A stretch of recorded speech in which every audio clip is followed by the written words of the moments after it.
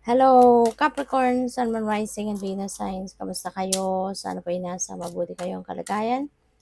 Welcome back po sa Star Tarot at kung bago kayo dito, welcome din po kayo. Please subscribe, like, share my videos, and leave me a comment kung naka-resonate po kayo. Thank you. So, first card po ni Capricorn, we have creation. Sabi dito, being creative is a wonderful way of witnessing the unfolding of your limitless creative soul. So, most likely, Capricorn, ang iba sa inyo will have an opportunity sa ngayon to create something new, something beautiful sa buhay mo. O pwedeng may mga creative ideas kayo ngayon na may isip, no? Po pwede rin na gagamitin ninyo ngayon yung artistry ninyo, yung talent ninyo, yung gano'n, no? Pupuwedeng ano 'yan, pupuwedeng project ninyo personal or pupuwedeng may pagkakataon kayo ngayon na baka may opportunity ka na magamit mo yung talents mo, ma-express mo yung talents mo, yung artistry mo, yung creativity mo into something 'no, na pupuwedeng maging income generating. So, pupuwedeng may gano'ng ganap din ng iba sa inyo kaya congrats. So we have abundance. Wow. When your heart's intention is to serve humanity, doors of abundance naturally open. Yun talaga.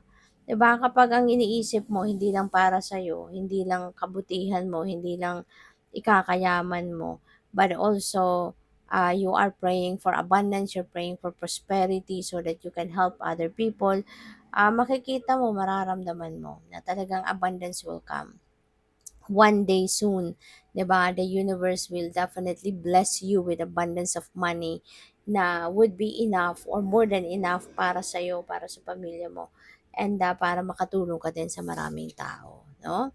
We have Gaia, connect to the pulse of Mother Earth. She will guide you through this time of change. Ayan. So, baka ang iba sa inyo, baka nami-miss nyo na yung outdoor, 'di ba? Maaari kasi na siguro dati mahilig din naman kayong mag-hiking, mag-walking sa park or around nature, mahilig kayong mag-beach, ganyan. Pero maybe lately hindi niyo na 'yan nagagawa, no? Kaya parang you are being sent a reminder dito ng divine na kung may pagkakataon ka, kung may access ka, and if you feel like you will be safe to go somewhere around nature, then do it. Pupuwede rin 'no, nasa mga bahay natin, 'di ba, lalo-lalo na kung ikaw ay nasa probinsya naman, 'di ba? Very accessible kasi karamihan sa probinsya naman may backyard, may front yard, at meron tayong mga halaman, merong puno. Kadalasan gano'n, 'di ba? Kaya kung meron kayong gano'ng setup, you don't need to go anywhere. 'Di ba? Pupuwedeng diyan lang kayo sa front yard ninyo, sa backyard ninyo, enjoy lang kayo sa inyong mga halaman, 'di ba? Magkape-kape kayo diyan sa likod bahay ninyo, tanaw-tanaw kayo sa mga halaman ninyo, sa mga dumadapong mga ibon, 'di ba? So, puwede na 'yon, 'di ba? That is already reconnecting with Mother Gaia, 'di ba? So, tingnan natin kung ano pa ang ganap. And by the way, maraming salamat for subscribing. At kung hindi pa kayo nakakapag-subscribe, subscribe na kayo. And also, maraming salamat din no, for not skipping the ads. Malaking bagay yan sa akin. And also, please click the join button sa baba ng video kung gusto naman ninyo na mag-join kayo sa membership. Okay? Salamat po. So, what else? Capricorn, a blessing on the children. Ayan. So, napakaganda.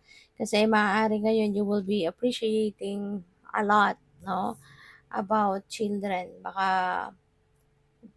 po pwedeng yung mga sarili ninyong anak ito na na-appreciate ninyo yung presence nila, na-appreciate mo na blessed ka with children. Mga ganon, maaring ini-enjoy mo sila, ini-enjoy mo din yung company talaga nila. Maaring may mga ginagawa sila na talagang hindi mo matatawaran, hindi mo mapepresyohan. They're really precious, to you. Pwedeng may ganon. Or pwede rin naman ang iba sa inyo rito, maybe you are enjoying other people's children. 'Di ba? Lalo-lalo na kung mahilig kayo sa bata, mga ganon, no? At maaari, no, na that is a blessing din para sa iyo. Kung kunyari wala kang sariling anak, 'di ba?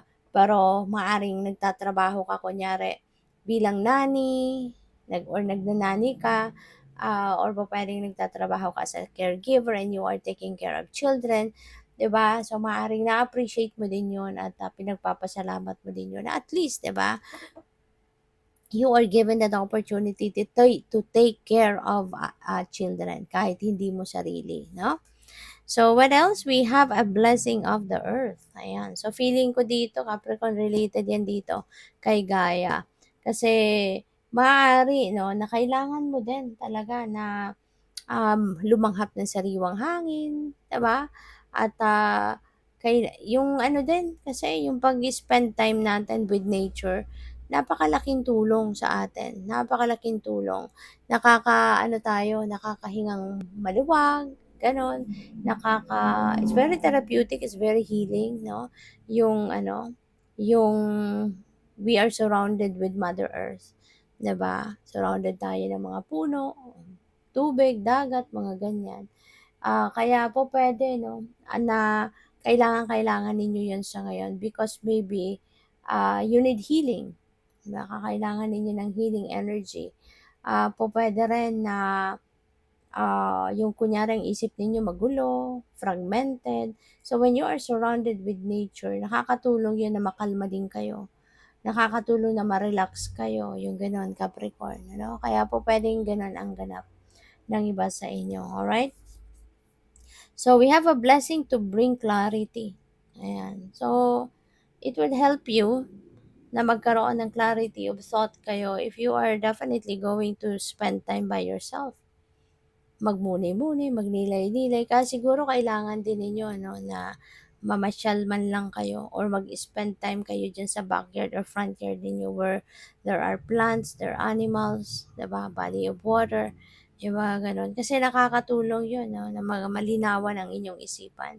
Ma-relax kayo, makalma yung mga senses ninyo. And with that, diba? So, syempre, magkakaroon kayo ng clarity of thought, 'di ba? At saka ano, siguro kailangan din ninyo na mag-reflect kayo, magdasal, mag-meditate, 'di ba? So what else? We have a blessing for healing of injury or illness. Ayan, so kailangan nyo nga ng different kinds of healing and in this case, physical, no?